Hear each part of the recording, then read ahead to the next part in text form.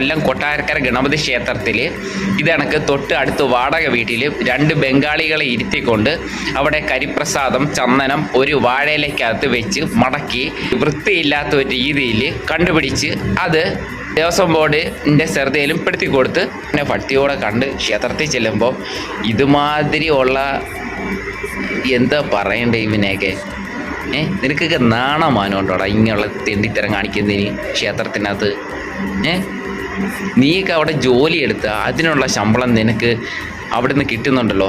അത് കഴിഞ്ഞിട്ട് ഇത്ര ഭക്തി സാന്ദ്രമായ ഒരു ക്ഷേത്രത്തിൽ ഇതുമാതിരിയുള്ള കാര്യങ്ങൾ ചെയ്യാൻ നിനക്കൊക്കെ എവിടുന്ന് ഈ ധൈര്യം കിട്ടുന്നത്? നിന്നെ കൊണ്ട് പറ്റത്തില്ലെങ്കിൽ ഇറങ്ങിപ്പോടാ. പൈസയ്ക്ക് വേണ്ടിയിട്ട് മാത്രം ജീവിക്കാതെ നമ്മളൊരു അർച്ചന ചെയ്താൽ മാന്യമായിട്ട് ഒരു 5 രൂപയുടെ പോയി അത് മതി, അതിൻ്റെ ആവശ്യമുള്ളൂ. അല്ലാതെ 100, 500, 1000, 2000 ഒന്നും കൊടുക്കേണ്ട അവിടെ കാര്യമില്ല. പിന്നെ പ്രത്യേകം പൂജകൾ ചെയ്താൽ അത്